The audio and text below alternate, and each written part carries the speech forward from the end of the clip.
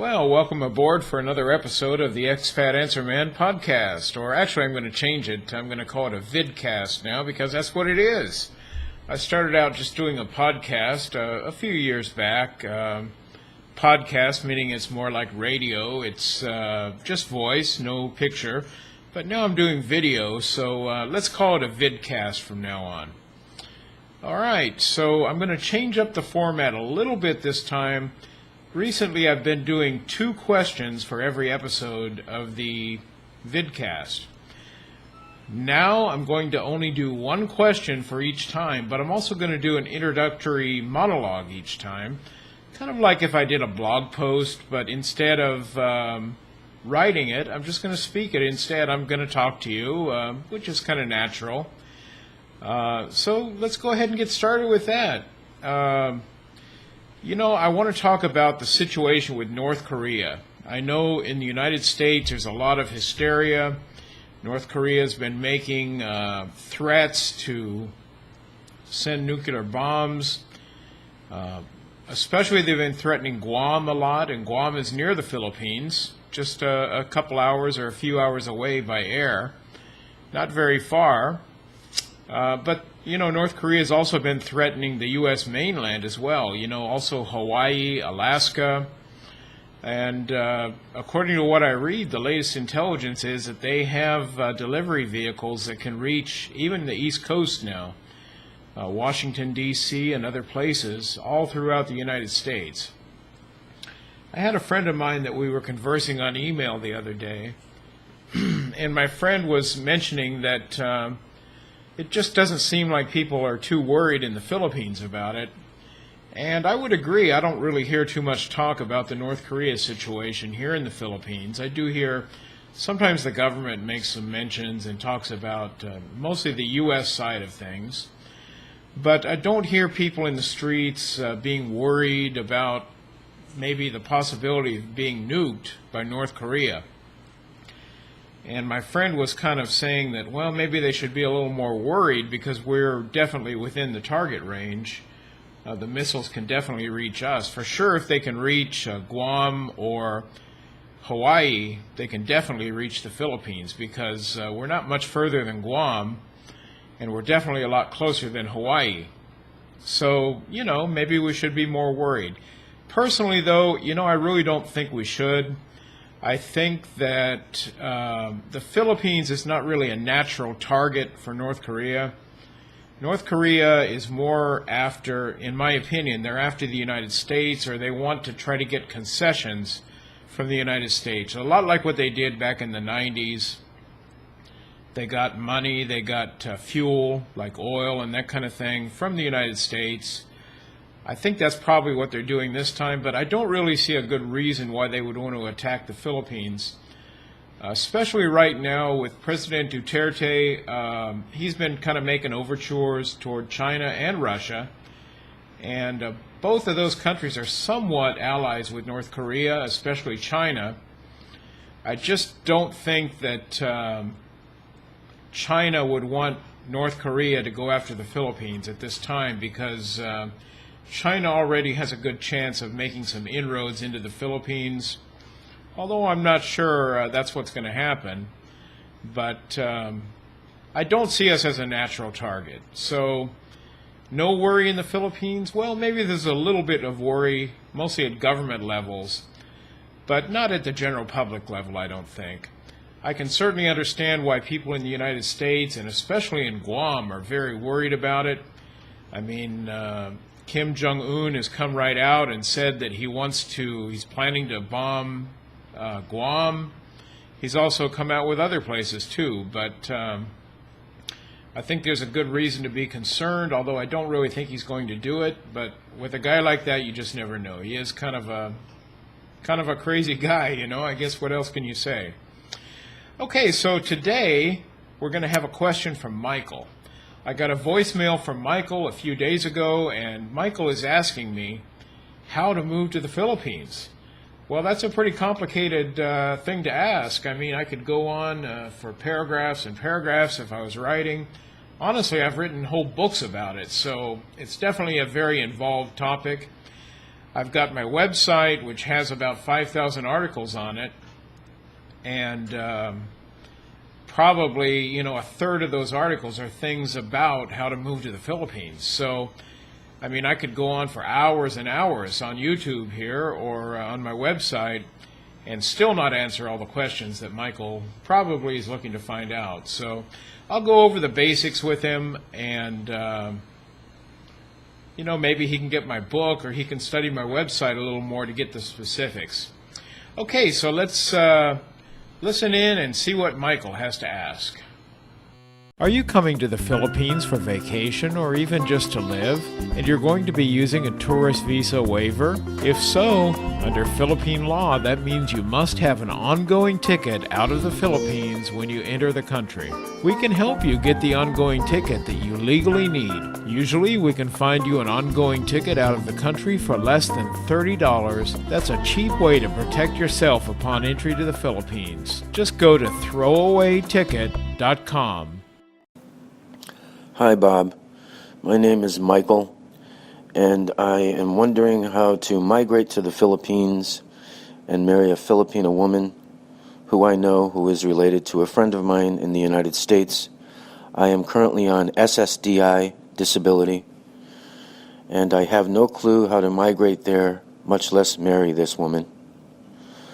Any or all answers you could provide would be greatly appreciated. Thanks again in advance, Bob. Well, hi there, Michael. It's good to hear from you. I hope you're doing well. Okay, so you're wanting to move to the Philippines, and you've got a few issues involved, like your SSDI, and you're wanting to get married and all that. Let's get started out by how do you come to the Philippines? I don't know if you've ever been to the Philippines before or not. You didn't really say. But I hear from a lot of people that say similar things, that I want to come there and get married and I'm going to stay forever. And I say, have you ever been to the Philippines? Well, no, I haven't ever been there, but I know I'm going to love it. I'm going to tell you, Michael, the majority of the foreigners that come here end up hating it here. You can go down to any McDonald's. Expats always hang out at McDonald's for some reason, or go to Starbucks, or any of a number of places where expats hang out. You'll always find a table full of foreigners, mostly Americans, Australians, British, whatever. And most of what they're doing is complaining about how terrible the Philippines is. Well, like I say, and also another writer here on the site, Paul Thompson, he always says, the planes go back every day. Do you need a ride to the airport? I'll be glad to give you one. That's one of Paul's lines there. So I agree with it, though, So don't just move here without checking it out first. You need to come here, spend a little time, spend at least a couple weeks, and see if you like it. Now, I'm going to tell you another thing that a little bit contradicts what I just said. When you come here for vacation, that is absolutely nothing like living here. But at least it'll give you kind of a general idea of whether you like it or not. So, come over here for a vacation. I know you're going to say, well, it's expensive and I don't have the money, probably, I'm thinking. But that is really a valuable thing you can do to make sure that this is going to have a better chance of working out for you.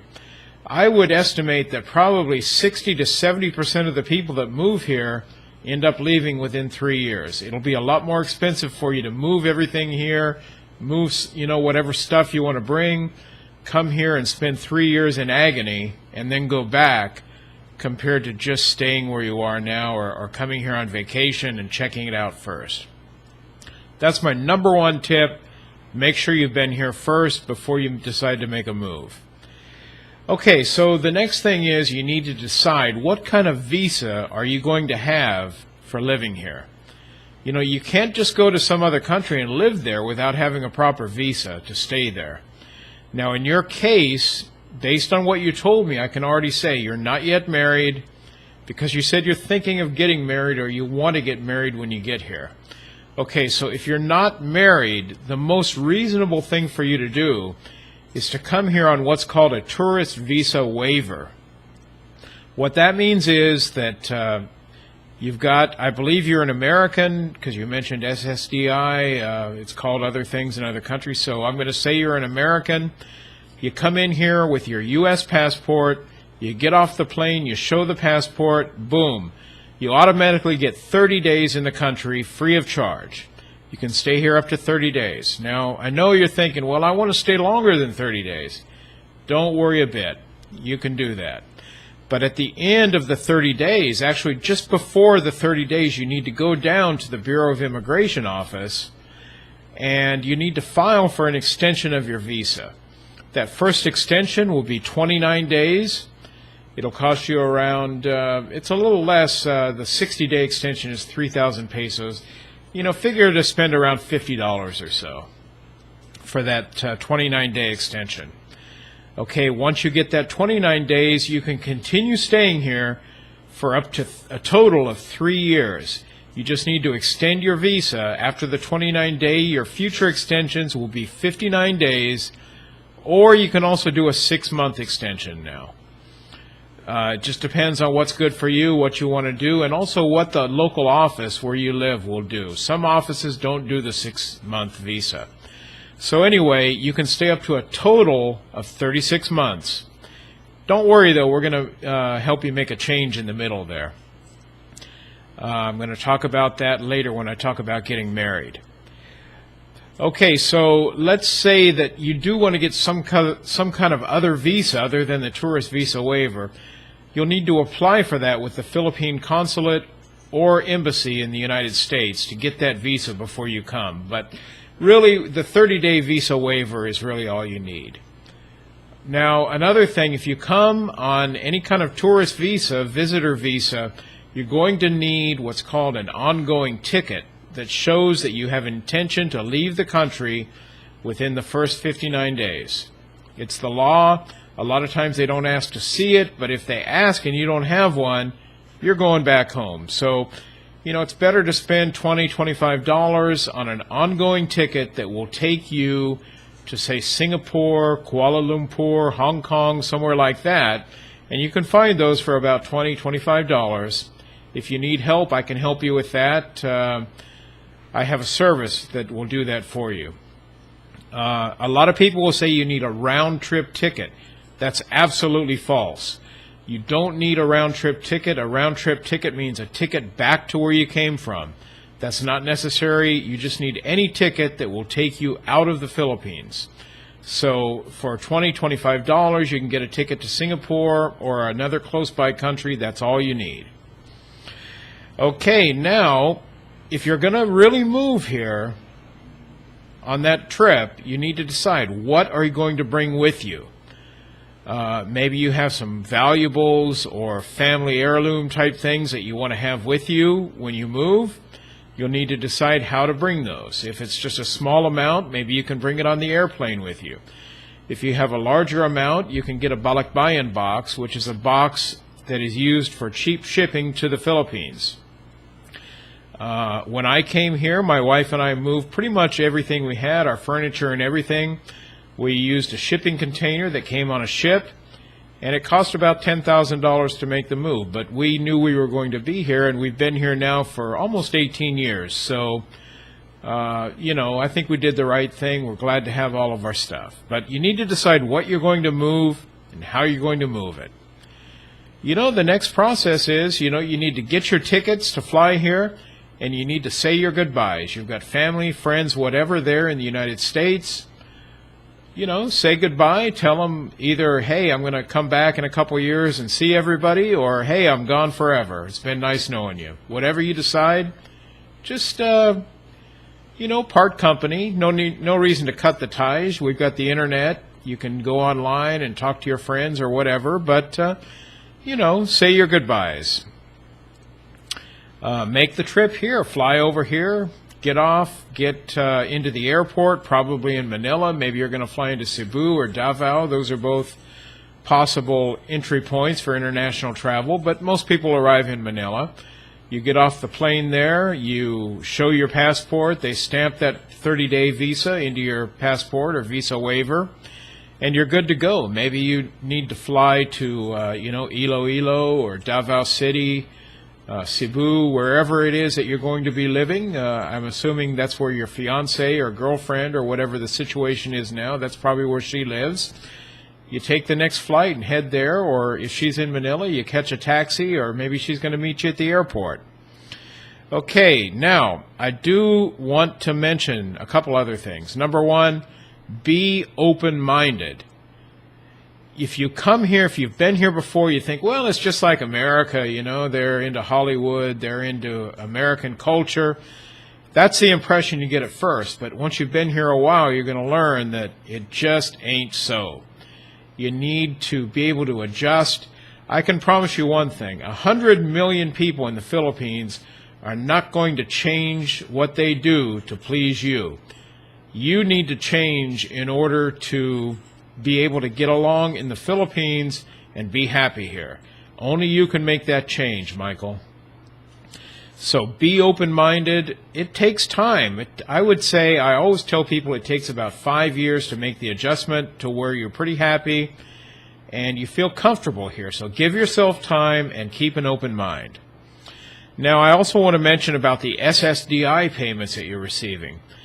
There are some disabilities that you are required to live in the United States to receive the payment. Now, maybe you want to trick those people and make them think you're still living in the U.S. You know, that's up to you. I'm not going to get involved in that. But I do know for sure that there are some disabilities that they do not pay for if you live outside the United States. I know this because one of my sons has a disability, and he is not eligible, at least last time I checked, to receive payments because we're outside the country. So you want to check in with the Social Security Administration, or I don't know if there's a separate division for the disabilities. It's been a long time since I've looked into that, but check with them and see if you're still eligible for payments, unless you want to do something else that I'm not going to get involved in. I hope you understand that. Okay, so that covers the SSDI. Now, the part about getting married. I'd be a little bit careful, make sure that this is the right girl for you. There's a lot of women here. I promise one thing, if you're a foreigner, you're going to have a lot of women that are going to be chasing you. You have to get used to that. But what I'm saying is there's a lot of fish in the sea. Don't come over here and just marry the first person that you run across, because there's a lot of possibilities. So make sure you've got the right person.